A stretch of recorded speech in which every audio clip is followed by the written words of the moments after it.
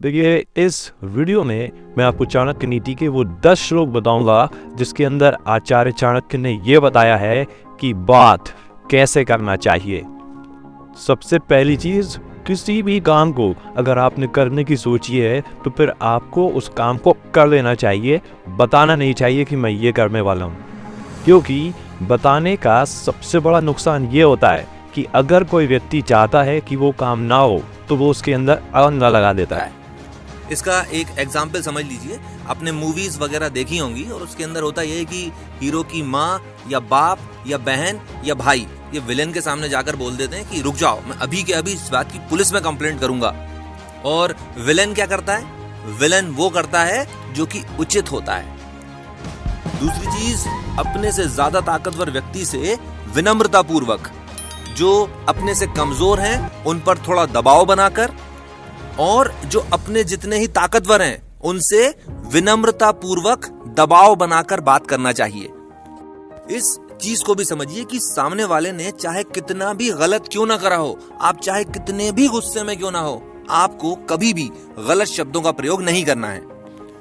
आपको अपनी बात हमेशा तमीज से कहना है। इसका एक एग्जाम्पल समझ लीजिए। देखिए, बहुत सारे मोबाइल सर्विस प्रोवाइडर्स हैं, कभी इधर पैसे काट दिए, कभी उधर पैसे अटका दिए, और फिर आप जब फोन कर रहे हो या ईमेल कर रहे हो, आप एक बार भी गाली का प्रयोग कर दो और आप फिर पैसे निकलवा के बता देना, आप नहीं निकलवा पाओगे। पर तमीज से बात करने का मतलब ये नहीं होता कि सही बात भी ना की जाए। आप जब बात करो या ईमेल करो तो सबसे पहले तो पूरा सीन समझा दो, ये भी बता दो कि आप इस तरह से टाइम बेकार नहीं कर सकते। एक दो बार के बाद बोल दो कि भाई आपकी कंपनी जो है वो फ्रॉड है, चोर है आपकी कंपनी। और एक दो बार के बाद आप उनसे बोल दो कि भाई मैं आपका मामला जो है वो कंज्यूमर फोरम में रिपोर्ट कर रहा हूँ, और साथ ही साथ आपको बोनस ये देता हूँ कि जब तक जिंदा रहूंगा फ्री में आपकी मार्केटिंग करता रहूंगा कि इस कंपनी से कुछ भी सामान मत खरीदना, इस कंपनी में कस्टमर सर्विस है ही नहीं। देखिए, बहुत ज्यादा सीधा नहीं होना चाहिए, क्योंकि सीधे आदमी को हर आदमी नुकसान पहुंचा देता है। और भले ही आप चाहे सामने वाले को नुकसान नहीं पहुंचा सकते, आपकी बात ऐसी होना चाहिए, आपकी इमेज ऐसी होना चाहिए कि सामने वाले को ये लगे कि अगर मैंने इसको नुकसान पहुंचाने की कोशिश करी तो ये मुझे बहुत लंबा नुकसान दे देगा। यानी सामने वाला हमें नुकसान पहुंचाने में डरे, और इस डर में ही हमारी जीत है। अब देखिए, ये तो हुई बंदर घुड़की की बात।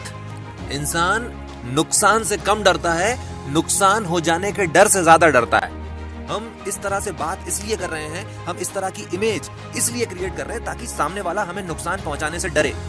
पर अगर किसी के बारे में सोच लिया कि इसको तो नुकसान पहुंचाना है, तो उसको कभी भी मत बोलो कि मैं ये कर दूंगा या कि फिर मैं वो कर दूंगा। तो उसको तो नुकसान पहुंचा दो, और इस तरह से नुकसान पहुंचाओ कि उसको 10 साल के बाद भी ये चीज समझ में नहीं आए कि वो बम गिरा कहां से था।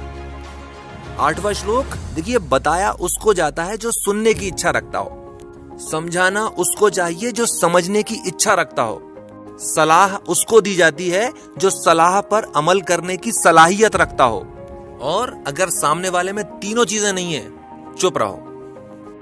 9वां श्लोक, और इसके केवल कीवर्ड्स पकड़िए आप। मूर्ख, दुष्ट और दुखी, ये 3 तरह के लोगों से हमेशा बचना चाहिए। देखिए, मूर्ख व्यक्ति की खासियत ये होती है कि वो ज्ञान पाकर और भी ज्यादा मूर्ख हो जाता है। आप उसे न्यूक्लियर साइंस सिखाओ और वो न्यूक्लियर रिएक्टर नहीं बनाएगा, वो न्यूक्लियर वेपन बनाएगा। दूसरी चीज, किसी दुष्ट को ज्ञान दो कि भाई उनकी पत्नी को वापस कर दो, खानदान खत्म हो जाएगा, वो तुम्हें बाहर निकाल देगा। और तीसरा बंदा वो जो हमेशा रोता ही रहता हो, इस बंदे से हमेशा दूरी बना के रखना चाहिए, वो तुम्हारी थिंकिंग भी अपने जैसी बना देगा। तो भले ही आप चाहे कितने भी ज्ञानी क्यों ना हो, अगर आप इन 3 तरह के लोगों से मिलना जुलना करते हो तो आपको कष्ट उठाना पड़ेगा। अब ये तो हुई एक चीज, पर देखिए ऐसा भी होता है कि हम कहते हैं कि भले ही चाहे वो मूर्ख है, दुष्ट है या दुखी है, पर है तो मेरा दोस्त, उसको इस हालत में कैसे छोड़ दूं? ये जो मोह है यही सभी परेशानियों की जड़ है। इस चीज को समझ लीजिए और बहुत अच्छे से समझ लीजिए। अपने फायदे के बारे में सोचना कोई बुरी बात नहीं होती। तो भले ही चाहे सामने वाला हमारा कितना भी भला क्यों ना सोचता हो, पर अगर रत्ती भर भी गुंजाइश है कि इस बंदे की वजह से हमें कभी कोई नुकसान पहुंच सकता है, उस बंदे से किसी भी प्रकार का कोई भी मोह नहीं रखना चाहिए।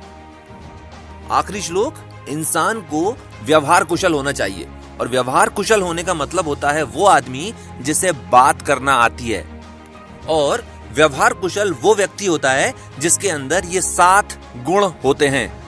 सबसे पहला गुण, अपने परिवार वालों की हमेशा मदद करना। दूसरा गुण, सामने वाले की परिस्थिति समझने की कोशिश करना, सामने वाला अगर ऐसा व्यवहार कर रहा है तो क्यों कर रहा है। तीसरा गुण, दुष्टों के प्रति दुष्टता दिखाना, उनको नुकसान पहुंचाने की पूरी कोशिश करना। चौथा गुण, ज्ञानियों की संगति करना, यानी ऐसे लोगों के बीच उठना बैठना जो हमसे बड़े हैं, जो हमसे समझदार हैं और जिनसे सीखने को कुछ भी नहीं मिलता, जिनके साथ बैठ के आपका टाइम वेस्ट हो रहा है, उनके साथ दूरी रखना। पांचवा गुण, माता पिता और गुरु के साथ सहनशीलता से पेश आना, कुछ भी कहें चुपचाप सुन लेना। छठा गुण, कैसी भी बुरी परिस्थिति आ जाए कभी भी अपना धीरज नहीं छोड़ना, कभी भी हिम्मत नहीं हारना। और सातवां गुण, औरतों से समझदारी से बात करना। जरा समझदारी को समझ लीजिए, बहुत ज्यादा सोचने और समझने के बाद चुप रह जाना समझदारी होती है। इस चैनल को सब्सक्राइब कर लीजिए ताकि इस चैनल पर जो भी वीडियो अपलोड हो आपके पास उसका नोटिफिकेशन पहुंच जाए।